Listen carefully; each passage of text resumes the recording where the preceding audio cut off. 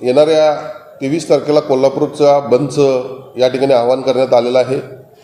याला शिवसेनेच्या वतीनं आम्ही पाठिंबा जाहीर करतोय आणि संपूर्ण करवीरवासियांना मी आवाहन देखील करतो की बंद हा शांततेत पार पाडावा। खऱ्या अर्थानं या ठिकाणी 17 ऑगस्टला हिंदू धर्म परिषद झाली आणि या हिंदू धर्म परिषदेवर बोलताना या हिंदुस्थानातील हिंदुस्थानामध्ये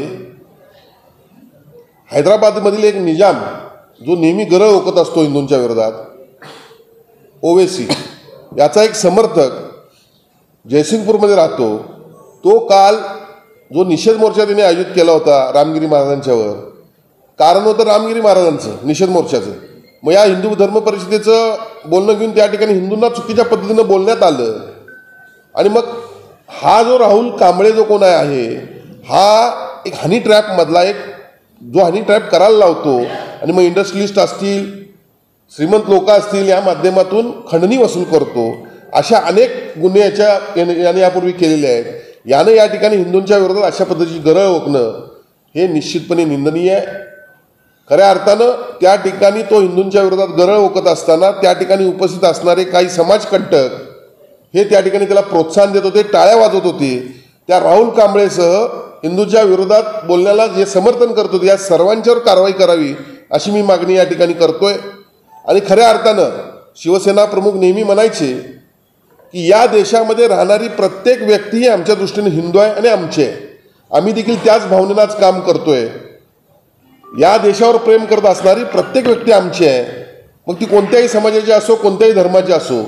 पण हे गेल्या काही दिवसामध्ये जे षडयंत्र सुरू आहे, लव जिहादच्या माध्यमातून हिंदू पोरींना पळवून आणा, 5 लाख रुपये, मग विविध जातीच्या त्यामध्ये अक्षरशः बोली लावली गेलेली आहे।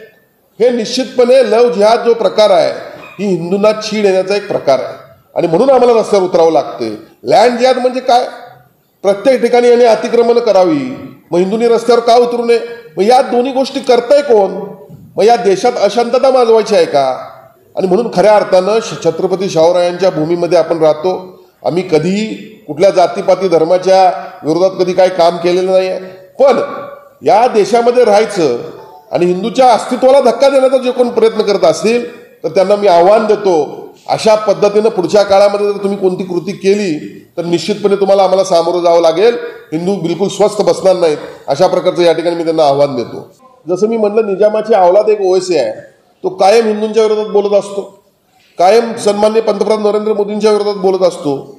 या काही लोकांना असं वाटतं की शासनाच्या विरोधात, पंतप्रधानांच्या विरोधात, हिंदूंच्या विरोधात बोललं की अल्पसंख्याकांमध्ये आमची प्रतिमा उंचावी।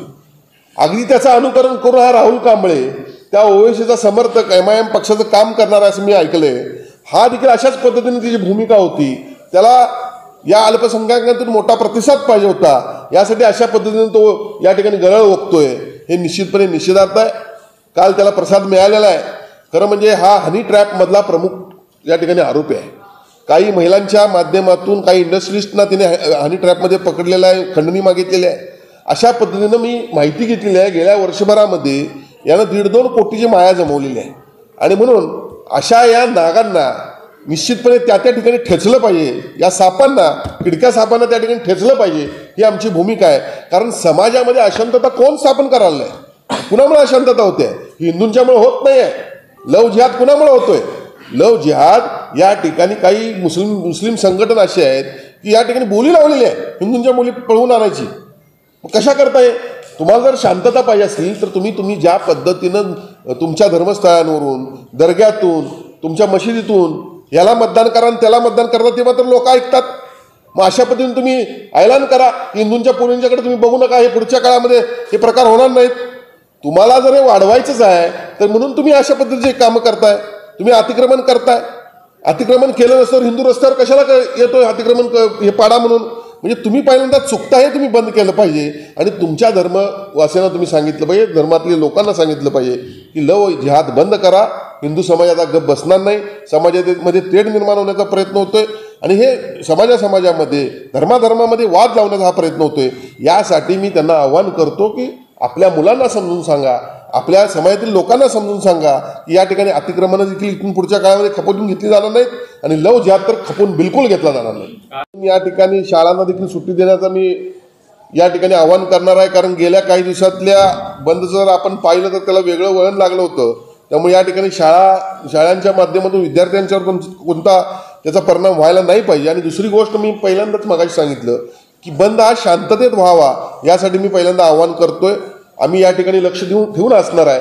पण एक गोष्ट लक्षात घेतली पाहिजे की हा बंद का पुकारला गेला, तर या 100 कोटींच्या हिंदूंच्या देशामध्ये जर कोणी असं रस्त्यावर उठायला आणि काही चुकीच्या पद्धतीने म्हणजे एवढं खालच्या पातळीवर जर हिंदूंच्यावर टीका करत असतील आणि एवढी जर लोक त्यांना रस्त्यावरून समर्थन करत असतील, कारण एक दाखवायचं आणि करायचं दुसरं, ही भूमिका यांची दुटप्पी भूमिका आहे, ही कुठेतरी बंद झाली पाहिजे. खऱ्या अर्थानं तुम्ही या ठिकाणी सिव्हिल वॉर पुकारल्याचा हा प्रकार दिसतोय. आणि म्हणून एवढे काही हिंदू शंड नाही आहेत. पुढच्या काळामध्ये जर अशा पद्धतीची तुमची भूमिका असेल तर हिंदूंच्या रोषाला तुम्हाला सामोरं जावं लागेल आणि बंद मात्र शांततेत व्हावा, यासाठी आम्ही सर्वजण प्रयत्नशील राहू.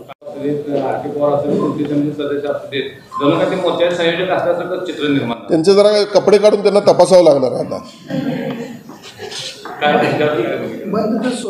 जिल्हा प्रमुखांनी तिचा निषेध जाहीर केला. मराठा समाजाचं काम करतोय मुळी, त्याला लाज वाटली पाहिजे. मराठा समाजाचा नेता म्हणून मिरवतो आणि तो त्या ठिकाणी हिंदूंच्यावरती वाटेल ते आरोप होतात, तो उघड्या डोळ्याने बघतो, त्याला जनता दाखवेल. बंदचं स्वरूप फक्त निषेधाचं असावं, माझी सर्वच प्रामाणिकपणाने माझी इच्छा आहे. या ठिकाणी दंगा धोपा कुठला दंगल घडू नये, यासाठी देखील आम्ही आवाहन करणार आहे. फक्त याचा निषेध करणं देखील गरजेचं आहे, कारण अशा पद्धतीनं आजपर्यंत कुठल्या नालायकाची हिंमत नाही झाली. या कोल्हापुरात येऊन हिंदूंच्या बाबतीत एवढ्या चुकीच्या शब्दात या ठिकाणी जो बोलतो, याच्या पाठीमागे कोणतरी आहे ना, याच्या पाठीमागे कोणतरी आहे म्हणून हा बोलतो. ही खऱ्या अर्थानं छुपी लढाई आता थोडी थोडी उड्यावर येते, हे आता दिसतंय. आणि त्यांना खरोखर लढायचं असेल तर मी आजच जाहीर करतो, कुठलं मैदान बुक करायचं सांगा, येऊ तुम्ही पण आणि आम्ही पण येऊ, बघू कोण जिंकतंय ते. जर छुपं करायचं आहे तर तुमच्या दम आहे तर